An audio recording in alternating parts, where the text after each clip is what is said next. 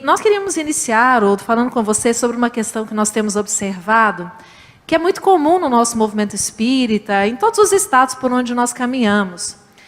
Muitas vezes, nós como trabalhadores espíritas, valorizamos muito as atividades de assistência social. Nos preocupamos muito com o pão, com a sopa, e nós sabemos da importância. Mas muitas vezes paramos por aí, não é? Nos preocupamos com o pão material, mas não percebemos a importância que tem o pão espiritual. Ivana, é interessante isso porque vamos dizer, é o que dá início ao trabalho de Paulo de Tarso. Porque ele volta do deserto, chega na casa do caminho, e a primeira coisa que ele observa, maravilhoso trabalho, né? Um trabalho de beneficência, de caridade, e que a Casa do Caminho fazia, que era um trabalho ímpar no mundo, porque o mundo não conhecia uma casa de beneficência social. As pessoas não recebiam aqueles cuidados dos doentes, dos famintos, né? E isso é importantíssimo, né? Muito importante. Mas o que que e aí aqui a gente vê o que é o Paulo, né? Como é que ele tinha uma visão realmente de longo alcance, né? Ele olha para João Evangelista, Simão Pedro, todos se dedicando exclusivamente, essa é a questão, exclusivamente, ao trabalho da assistência social, que era dar pão. Quer dizer, não é que o Paulo era contra, gente, pelo amor de Deus, né? A questão aqui não é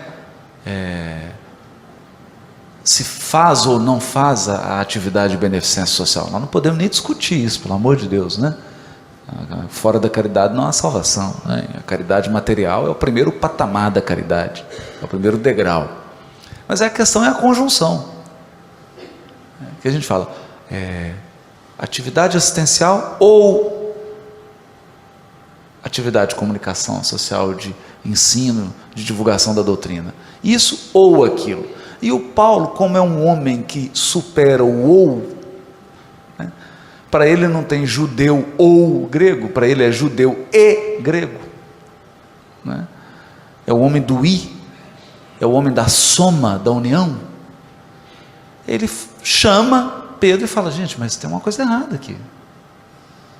Vocês não podem ficar exclusivamente num trabalho apenas de curando corpos, porque corpos enfermos nós teremos sempre, e no final das contas todo corpo vai perecer, e a semeadura de luzes espirituais e a caridade ao espírito, e a caridade ao espírito, quem vai fazer? E aí eles ficam, e quando já tinham se organizado minimamente, né? Quer dizer, Simão Pedro já tinha percebido um pouco disso, mas não, pela própria idade, pelas atribuições de Simão Pedro, ele não conseguiu ampliar isso, levar para fora das paredes da Casa do Caminho. Então o que Simão Pedro faz? João Evangelista e Tiago Menor, com o trabalho de falar do Evangelho, porque alguém tinha que falar do Evangelho. Ninguém ia contar a história, ninguém ia iluminar, levar os ensinos de Jesus, iam ficar todos calados, dando pão, a roupa, o agasalho, e atendendo o doente, dando remédio.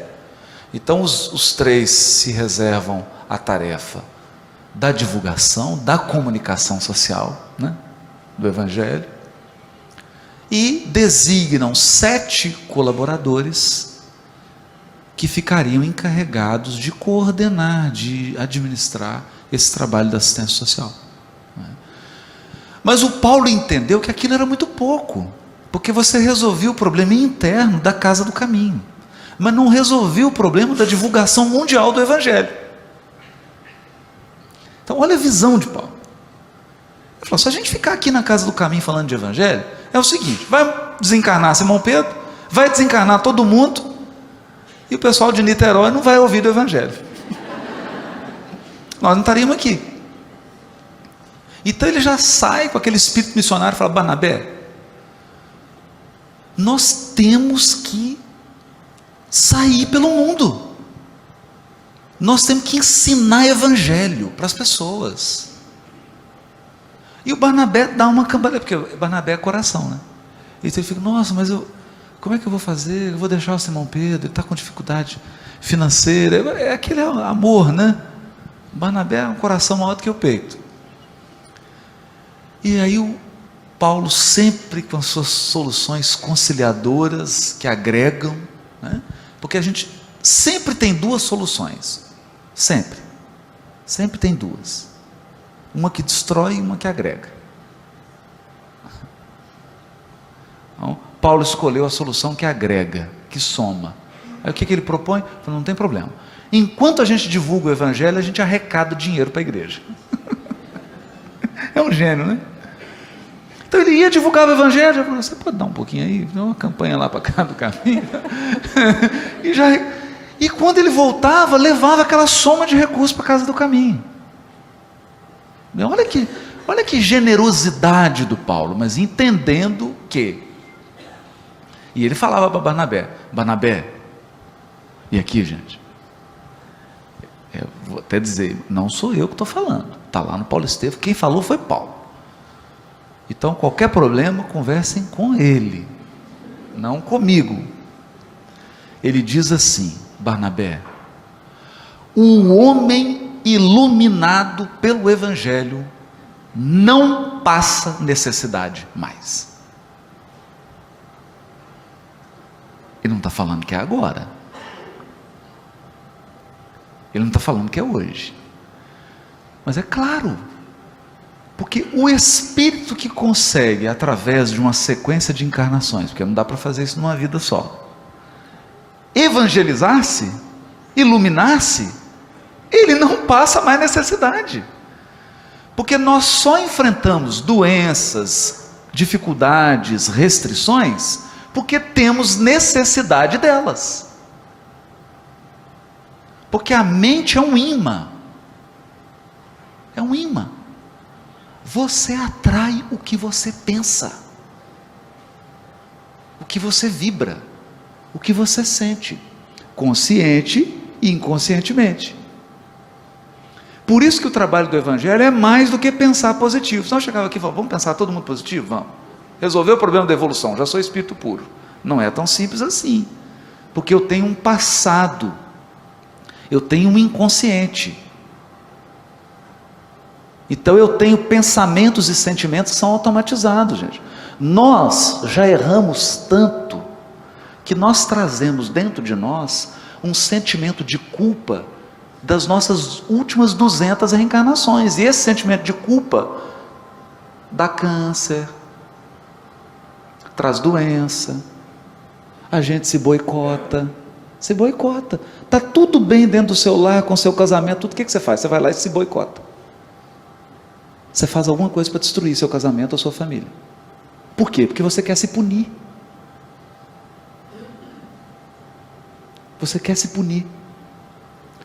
então quando a gente fala de um trabalho de a casa espírita, o grupo espírita é um posto de socorro de espíritos. Se eles têm corpo ou não, isso é um detalhe. Os espíritos que dirigem um grupo espírita estão pouco preocupados se você tem ou não tem corpo, porque isso é questão de tempo.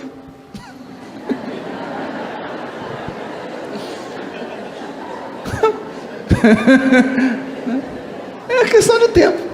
Você tem corpo por enquanto, né? Me lembra aquele caso quando o governador Milton Campos, né, foi chamado para coordenar uma pasta. Ele chamou alguém para coordenar a pasta de educação, né? E era uma pessoa muito jovem, né? E o pessoal da assessoria falou: mas ele é muito jovem. Ele é muito jovem, como é que ele vai coordenar essa pasta? Ele falou assim: não, isso é um defeito que o tempo corrige. Então você por enquanto tem um corpo. A casa espírita é um posto de socorro espiritual, é lá que as pessoas recebem a luz da doutrina espírita. que é o Evangelho redivivo. Tudo mais é acessório. O sol da casa espírita, o sol de uma casa espírita, é consolar e esclarecer espíritos. Então o sujeito chega, ele é mendigo, não interessa, ele é mendigo agora. Você acha que ele foi mendigo em todas as encarnações dele? Será? Você não sabe que espírito é esse que está entrando, né? Você olha para uma criança, você vai num asilo espírita e vê o velhinho, você não sabe que espírito que é aquele.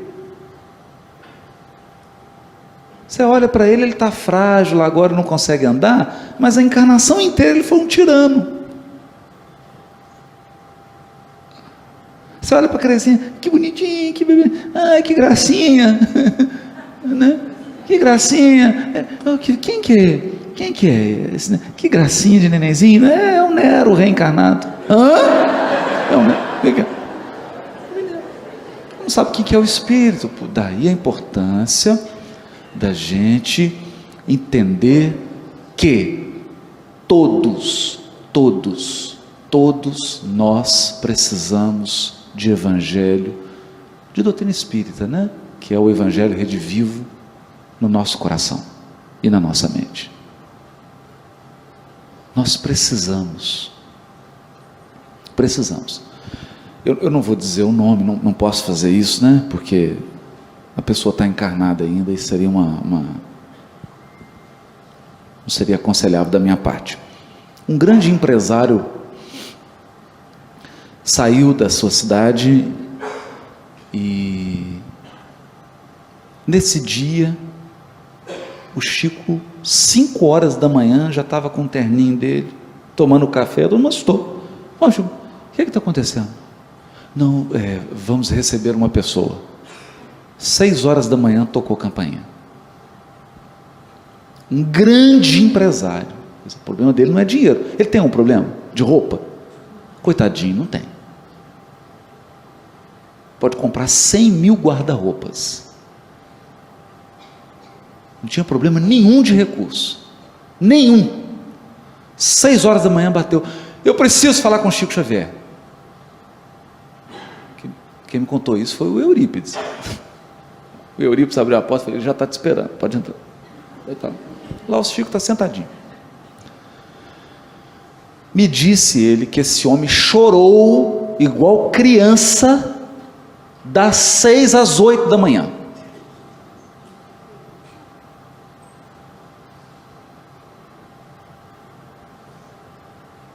Das 6 às 8 da manhã. No final da conversa, o Chico falou com ele assim: meu filho, eu tenho muito medo de que você seja tão pobre, que você só tenha dinheiro.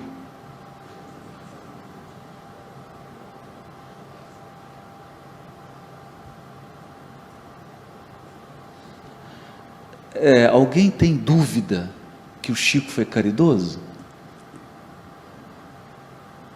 Então imagina se o empresário chegar lá, ele está desesperado. Então ele entra na casa espírita desesperado. O empresário, riquíssimo. Aí ele chega lá: o que tem aqui? Sopa. Eu não tomo sopa. Tem agasalho. Meu amigo, eu não preciso de agasalho. Bom, então, tem enxovalzinho. Você não está entendendo. Eu estou desesperado. Meu amigo, aqui é o seguinte: aqui só tem pão, sopa, agasalho e remédio.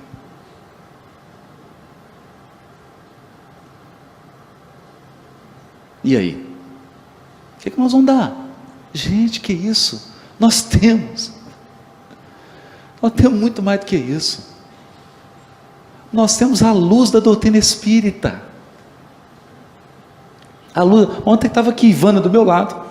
Aí nós somos na fila, as pessoas vêm carinhosas para dar um abraço, pegar o autógrafo no livro. A gente aproveita esse momento para conversar, para encontrar com os irmãos, para trocar as vibrações de fraternidade. O primeiro jovem, rapaz, eu não vou falar porque fica chato, né? Ele era bonito. Muito bonito. Não posso falar. Segundo a Ivana, o rapaz era muito bonito e tal. Era o primeiro da fila. Ele chegou ontem, Barra do Piraí. Porque no meio da nossa exposição, nós lembramos de um fato recente, que eu fiz um encontro de grupos espíritas da Suíça, na Suíça, e foram vários grupos da Alemanha, de vários países. Foi um encontro lindo, maravilhoso. Estava o presidente da Federação Espírita da França, Charles Kemp. Um encontro, nossa, que coisa linda, né? E aí eu fiquei alarmado, assim, porque você chegava em cidadezinha, mas não falta nada. Você parece aquilo ali, nosso lar já materializou. Não falta nada. Aí eu falei, pô, mas aqui, nosso lar já está materializado aqui. Aí a pessoa falou assim, não se engane. Todos os dias, mais de 10 jovens suicidam aqui, nesse lugarzinho.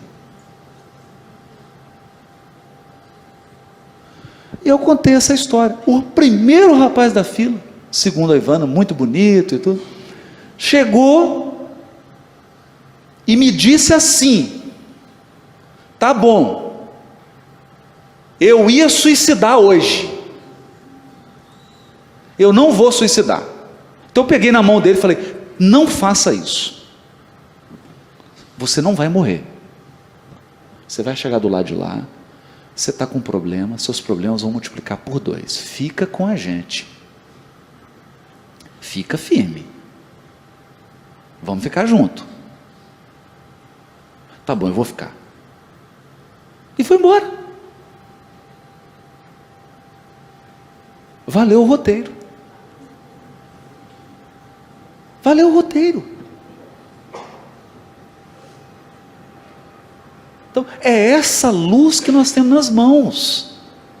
É essa luz. Então, dá o pão, dá o agasalho, dá o remédio, dá tudo que a pessoa precisa. Nós temos que dar tudo que a pessoa precisa. Mas pelo amor de Jesus, dá a doutrina espírita. Entrega esse depósito de luz. Entrega. Por favor, entrega. Não deixa de entregar. Mostra. Diga, você não morre. Nós somos eternos. Entrega esse patrimônio. Porque não é uma questão, sabe, Ivana, de dizer assim, nós devemos ou não devemos. Nós não temos o direito de negar. Nós não temos o direito de negar ao nosso semelhante a doutrina. Agora, divulgar a doutrina espírita não é converter as pessoas para o espiritismo. É aí que está o equívoco. O pastor Enéas e a minha amiga, irmã Ila, que é uma freira. Mas estava o pastor Enéas vai lá em casa, ele senta lá com a esposa dele, eu com a minha, a gente janta, conversa, ri, diverte, fala de evangelho, abre evangelho, estuda evangelho, eu mostro meus livros, dos dedos, e a gente conversa, e nós somos amigos há mais de 10 anos.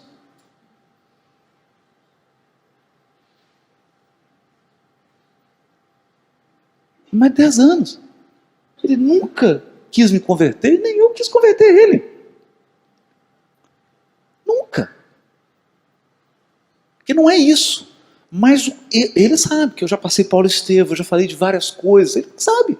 Ele entra assim na roda de samba e conversa, né, melhor às vezes do que muito espírita. Porque o espírita acha que falar de doutrina espírita, de evangelho, é falar de reencarnação. Então a pessoa chega assim numa entrevista, qual que é o seu nome? Reencarnação. Você mora onde? Reencarnação. Parece um... Calma, respira. Respira, vamos conversar.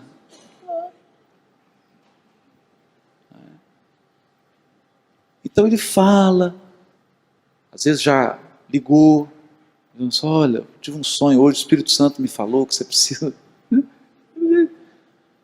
O seu trabalho aí de divulgação do Evangelho, precisa tomar uns cuidados com isso, com isso. Aí recebe uns recados espirituais lá do Espírito Santo. mas estimula. Então isso nós não podemos. Precisamos entregar, dividir esse patrimônio, dividir essa luz. E a casa espírita, a casa espírita é um posto do mundo espiritual que se materializou na Terra.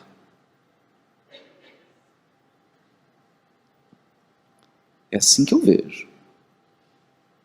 Um posto do mundo espiritual que se materializou na Terra.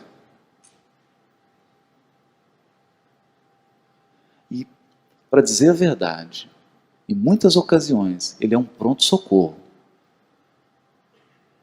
Porque chega gente com perfume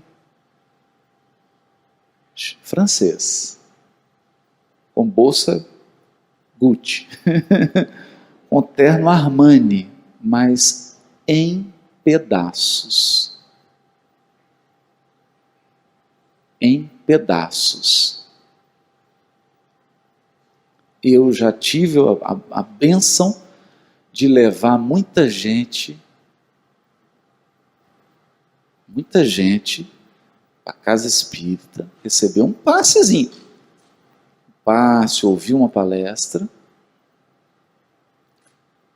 que mora assim nos locais mais luxuosos de Belo Horizonte. E a pessoa não dorme se não tomar ansiolítico.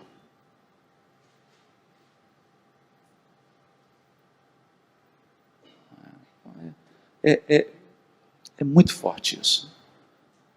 A gente precisa, a gente comentava isso, né, Ivan? Recuperar esse espírito de apostolado, né? O mundo está sofrendo, já está agonizando. Está sofrendo muito, as pessoas estão sofridas. E a doutrina consoladora precisa ser levada, mas ser levada de um modo consolador e respeitoso. A doutrina espírita pode ser levada de um modo gentil, de um modo amoroso, leve, suave, mas intenso, verdadeiro. É o que eu acredito, né? Paulo, na sua época, ele foi um grande inovador. Porque ele, como é que ele fazia a comunicação? Ele vai falar melhor do que eu, né? Isso é fala do Haroldo, tá, gente? Ele fazia a comunicação de uma forma que ninguém mais, não era muito hábito, né, da época, era através da escrita, porque as pessoas ali, naquele momento, elas se comunicavam através da fala, oralmente. Eu queria perguntar para você, esse jeito novo, nesse momento, nesse século, que inovação seria essa? Qual é esse jeito novo de comunicar, né, para as outras pessoas? Como seria isso? A gente lembrou a passagem que o Paulo está na igreja de Corinto, né? A gente imagina que Jesus apareceu para Paulo apenas às portas de Damasco, mas não foi só não, né? Jesus se materializou na igreja de Corinto. Imagina. E Paulo estava chorando igual criança. Porque o Paulo ele tinha um senso de eu preciso fazer. Que eu acho que é a coisa mais importante. Sabe? Quando você tem o desejo de fazer, você vai encontrar um meio. Não é? Porque o meio é fácil. O difícil é colocar o desejo no coração. Isso é o mais difícil. E ele tinha o desejo de fazer, o desejo de levar. Só que ele estava viajando e não dava conta. Porque ele acabava de voltar, imagina, na época, a viagem demorava muito. Então ele acabava de voltar de uma comunidade, e a comunidade levou tanto tempo para ele voltar que ela já estava tendo problemas de novo, né? E aí ele chora igual uma criança e fala, eu não vou dar conta da tarefa que Jesus me deu. Não vou dar conta. Aí Jesus se materializa na igreja de Corinto, e fala com ele. Está lá no Paulo Estevão, né? No capítulo chamado As Cartas. E diz para ele assim, serena teu coração. Né? Serena. O valor da tarefa não está na presença pessoal do missionário, mas no conteúdo do seu verbo, da sua exemplificação e da sua vida. Irradia luz com a tua conduta, com o teu modo de viver, que luz é luz, gente. Luz espalha. Não tem jeito. Né? Acontece que tudo que Jesus fala, nós, encarnados ainda, no nível evolutivo em que a gente está, as nossas palavras têm prazo de validade.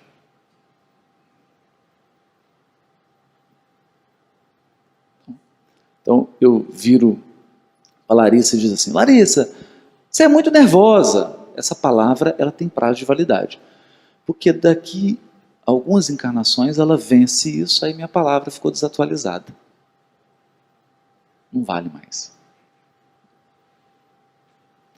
Mas as palavras de Jesus têm vida eterna. Por isso que ele fala por parábola. Tudo que ele fala dura para sempre. Então ele vira para Paulo e diz assim: você quer cumprir a tarefa de divulgação? Usa os poderes do Espírito. E o Paulo fica assim, exatamente com essa cara que eu estou, de paisagem. Não tinha ninguém do lado dele, para ele perguntar: você entendeu? Não, você entendeu? Não. Não entendeu nada. Não entendeu. Mas a fala ficou. Está gravado. Porque Jesus não falava para Paulo. Falava para todos que virão depois dele. Inclusive para nós. Como Paulo não entendeu, aí ele explicou. Então, vou explicar para você, hein? Que para o pessoal lá em Niterói, aí a explicação é outra. Vou explicar para você. Você já tem um recurso aí que dá para utilizar. Vamos ver o que tem aí. Tem internet 3G? Não, não tem. Tem carta? Tem. Então usa carta, Paulo. Escreve. Escreve. Manda carta. E as cartas passaram a ser aquele veículo de diálogo rápido, que ele poderia mandar vários pontos, poderia atender, e aquilo ficava com um tom de permanência, porque a determinada comunidade tinha um problema, ele mandava uma carta, mas aí a outra estava com o mesmo problema, eles compartilhava a carta. Mas a questão é que se Jesus materializasse aqui hoje para nós, no evento de comunicação social espírita, o que ele iria dizer para nós? Usa os poderes do Espírito. Aí está todo mundo assim olhando assim. E agora? O que nós vamos usar?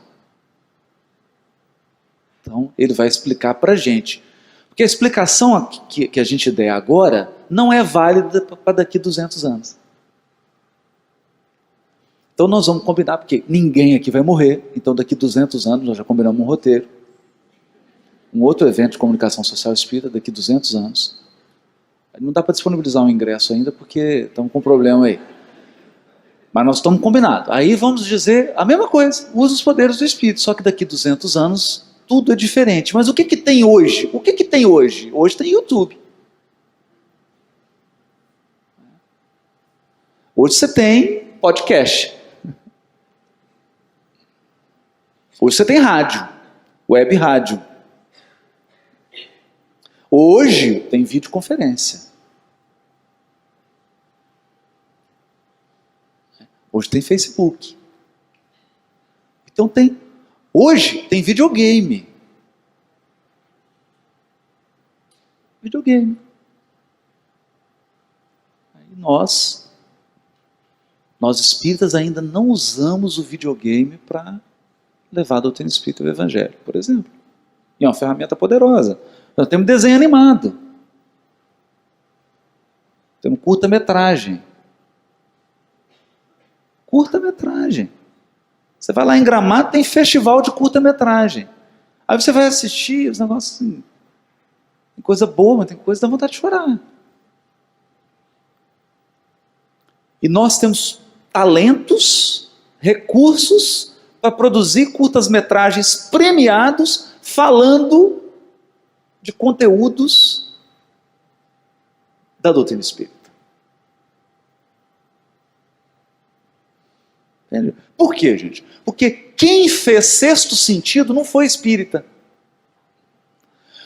O projeto Jesus mandou para os espíritas, mas não conseguiram executar e mandaram lá para o indiano. Eu mandei lá para os espíritas, mas eles não quiseram fazer, não. Aí o indiano falou, não, eu faço. Aí mandaram os outros. Os espíritos também não quiseram fazer. Aí o indiano de novo pegou. Ele é danado, ele está na fila assim. Está igual solteiro disputando buquê de rosa em casamento, né? Ele fica lá esperando Jesus mandar e fala, os espíritos vão pegar, não, eu pego. Não é? E agora a gente vê filme aí com Tom Hanks falando de reencarnação, mas falando o quê? Sutil. Está lá o conceito. Está divulgando. Então, pensando nisso também, né, a gente tentando... Tem a Web Rádio Fraternidade, Web Rádio Rio de Janeiro, Rádio Boa Nova, aqui, né? Projetos maravilhosos aí. Web TV, TV SEI, agora é FEB TV, né? Tá mudando aí, foi incorporado. E tantos outros trabalhos, né? E a gente precisa investir nisso. Começar a estimular mesmo a comunidade espírita a acessar a internet, acessar, baixar, ouvir, usar esse recurso. Às vezes a pessoa encontra e fala, nossa, eu te vejo no vídeo, é tão íntimo, mas é isso mesmo. O recurso, Jesus mandou a internet para o mundo para espalhar a fraternidade, para a gente se unir.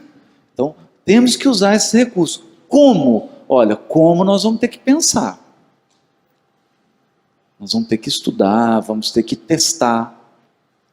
Porque uma coisa nova, gente, quando você inova, não tem garantia.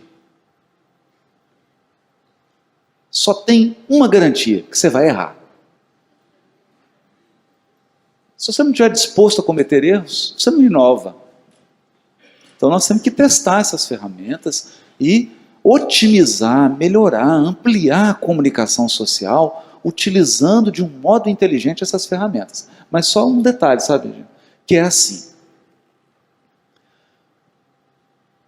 Nós temos que comunicar doutrina espírita e evangelho de um modo agradável.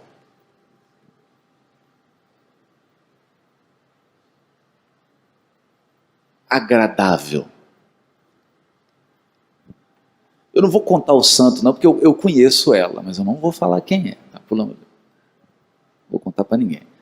O Chico estava num bar, mas era um bar, sabe, daqueles assim, um bar de pingus.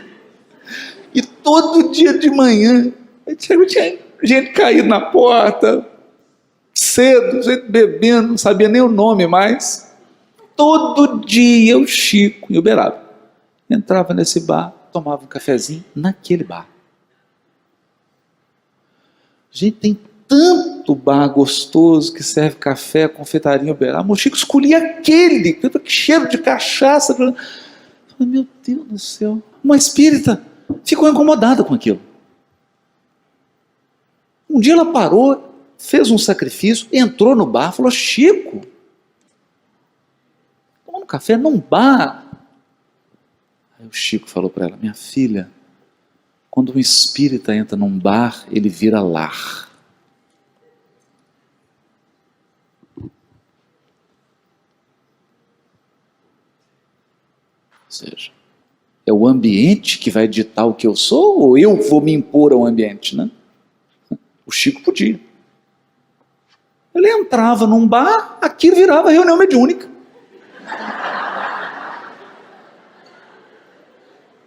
Reunião mediúnica.